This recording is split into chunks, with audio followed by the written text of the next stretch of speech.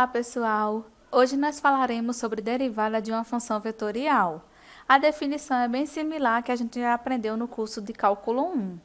Aqui nós estamos considerando I, um intervalo aberto da reta, T0, um número nesse intervalo, F, uma função vetorial definida nesse intervalo I em Rn, desse intervalo I em Rn, certo? E essa função f vai ser diferenciável ou derivável em T0, se o limite de f de T0 mais h menos f de T0 sobre h, quando h tende a zero, existir.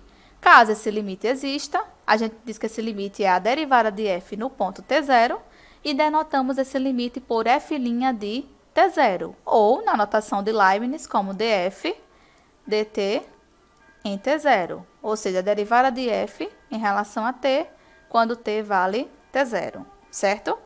Outra forma de enxergar esse limite é fazendo uma mudança de variável, chamando t de T0 mais h. E aí, quando a gente substitui aqui na função do limite, fica f de t menos a função menos o ponto, né, f de T0, sobre quem é h? É só isolar aqui nessa relação. H é t menos T0. Então, no lugar de h, coloquei t menos T0. Antes, h tendia a zero, né? Quando h tende a zero, t tende a quanto? A T0 mais zero, que é T0. Então, eu posso enxergar esse limite dessa forma ou dessa outra, tá? Quando esse limite existe, a gente já sabe que ele é a derivada da função vetorial f no ponto T0, ok? Mais à frente, a gente vai ver uma interpretação geométrica da definição de derivada de uma função vetorial. Na segunda observação, diz o seguinte: se eu disser assim, f é uma função vetorial de I em Rn que é diferenciável ou derivável, eu estou querendo dizer que ela é diferenciável em cada ponto do seu domínio, tá? Quando eu não especificar, é porque ela é derivável em todo ponto do domínio.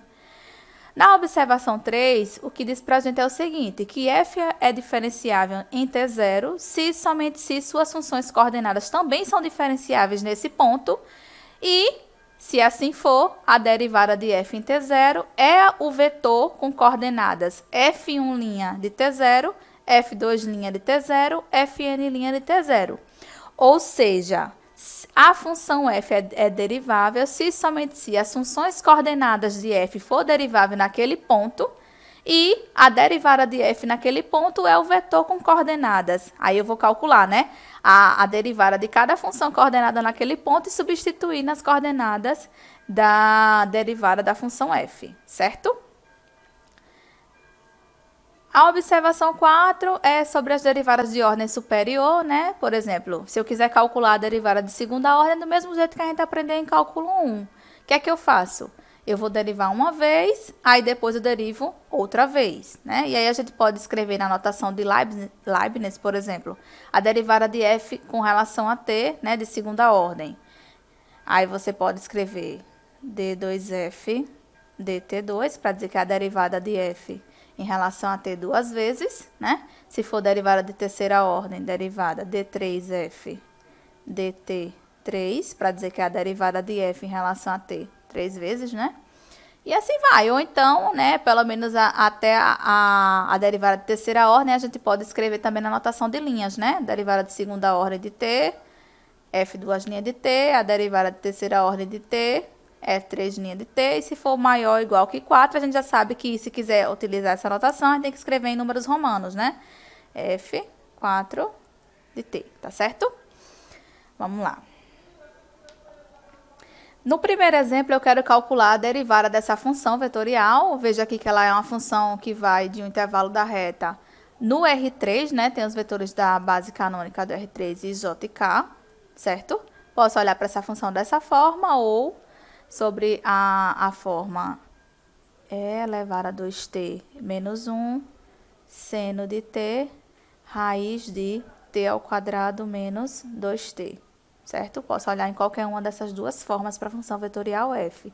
Quero a derivada dela, então eu vou sair estudando as derivadas de cada função coordenada, né? Aqui é a função f1 de t, aqui é a função f2 de t e aqui é a função f3. Estuda a derivada de cada uma delas e depois obtém a derivada da f, certo? Vamos lá. Quem é a derivada da primeira função coordenada de f? É derivar a função e elevado a 2t menos 1. É uma função composta, a gente sabe que vai utilizar a regra da cadeia, né? Função de fora e elevada a t, função de dentro 2t menos 1. Então, deriva a função de fora, que é elevada a t, né? A própria elevada a t. Troco o t pela função de dentro, então fica e elevado a 2t menos 1. E multiplico pela derivada da função de dentro. Quem é a derivada de 2t menos 1? 2. Então, vai ficar 2 vezes e elevado a 2t menos 1. Então, essa é a derivada da primeira função coordenada de f. Quem é a derivada da segunda função coordenada de f? A segunda função coordenada de f é a função seno. A derivada do seno a gente sabe que é a função cosseno, certo? Então, essa é a derivada da função f2. E a derivada da função f3, que é a terceira função coordenada de f, né? É derivar essa função raiz quadrada, de t ao quadrado menos 2t. Função composta, regra da cadeia. A função de dentro aqui é t ao quadrado menos 2t, né? A de fora é a raiz de t. A gente sabe que raiz de t a gente pode escrever como sendo t elevado a meio para facilitar a hora de derivar, né? Bom, por exemplo, aqui. Quem é a derivada de t elevado a meio? A derivada é meio vezes t elevado a meio menos 1, né? Que dá menos meio. Que isso pode ser enxergado como 1 sobre 2 raiz de t. Então, eu já sei que a derivada da função raiz de t é 1 sobre 2 raiz de t.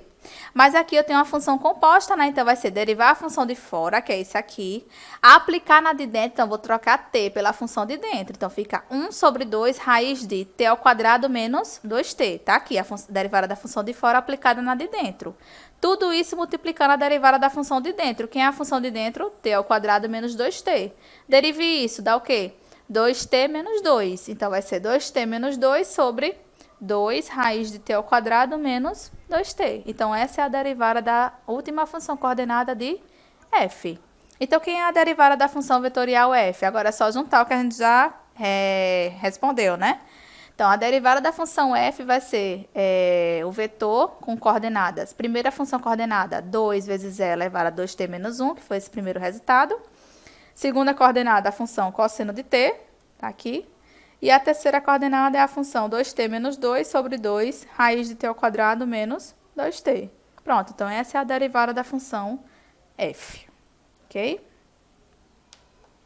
Como eu falei, agora é a hora de interpretar geometricamente, né, o sentido da definição de derivada de uma função vetorial.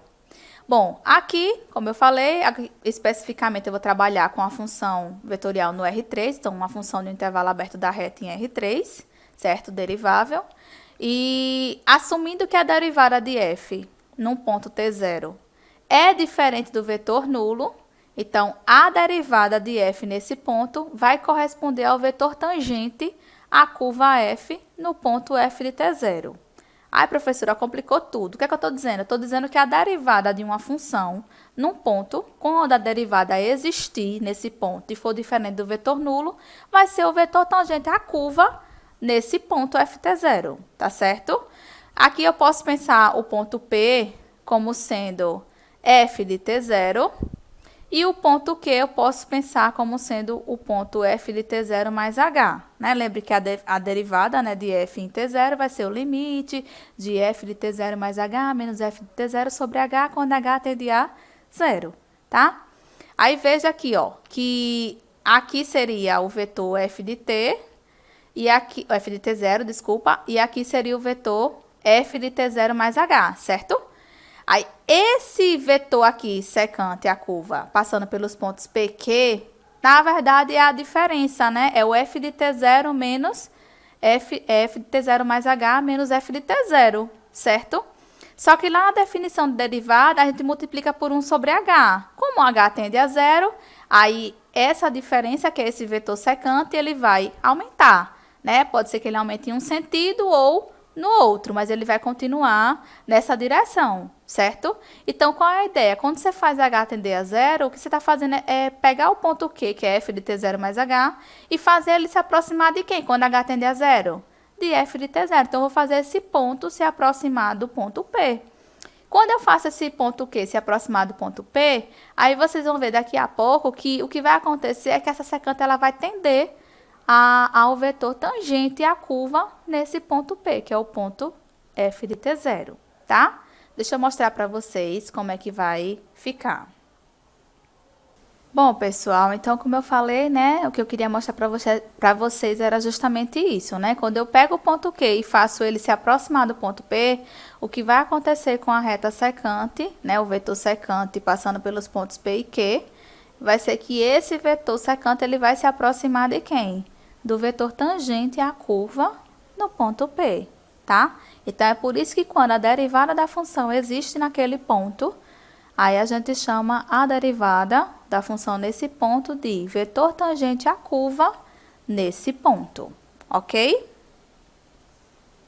Bem, pessoal, então agora que a gente já viu a interpretação geométrica da derivada de uma função vetorial num determinado ponto, né, já sabemos que quando ela existe é diferente do vetor nulo, ela é o vetor tangente à curva naquele ponto.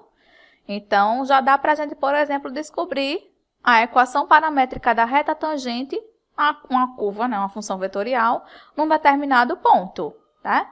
Basta que a derivada da função naquele ponto, ela existe e seja diferente do vetor nulo, né?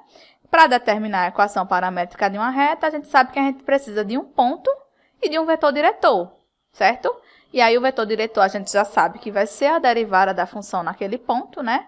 Do vetor, que é o vetor tangente, a curva naquele ponto.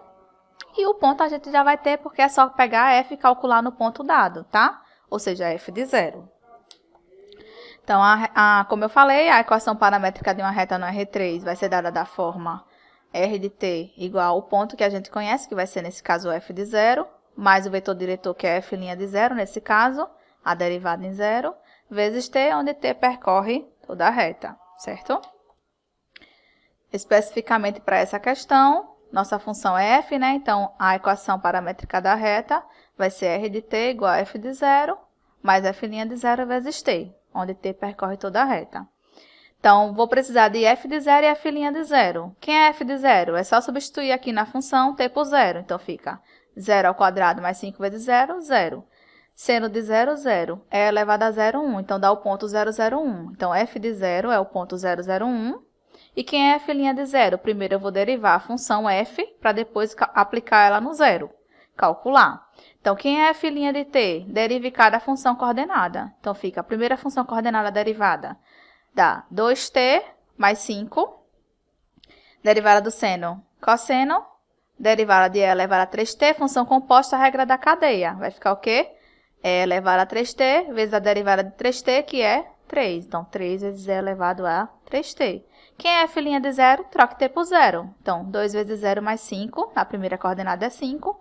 Cosseno de 0 vale 1. 3 vezes 0 elevado a 0. 3 vezes 1, que é 3. Então, f' de 0 é o vetor 5, 1, 3. Jogue aqui na equação paramétrica da reta e obtenha a forma da equação da reta, certo? Então, vamos lá, tangente. Então, r de t vai ser, f0 foi o ponto 0, 0, 1, né? f' de 0 foi o vetor 5, 1, 3. Então, substituindo, fica, somando esses dois vetores, dá 0 mais 5t, 5t, 0 mais t. Aqui era t, tá, pessoal? T, que é 1 vezes t aqui. 1 mais 3t, 1 mais 3t, tá? Então, eu posso escrever a equação da reta dessa forma, ou do jeito mais tradicional, que é trocar r de t, como a função vai no R3, né? Eu posso trocar r de t por x, y e z, né? Funções de t. Então, x de t, y de t, z de t. Resumindo, quais são as equações que eu vou ter paramétricas da reta tangente? X de t é só fazer a igualdade, né? De vetores. X de t igual a 5t, tá aqui. Y de t igual a t, né? Que tem um erro de digitação aqui. Então, y de t igual a t. E z de t igual a 1 mais 3t. Pronto. Então, essa é a equação da reta tangente à curva no ponto t igual a 0. Certo? Então, até a próxima, pessoal.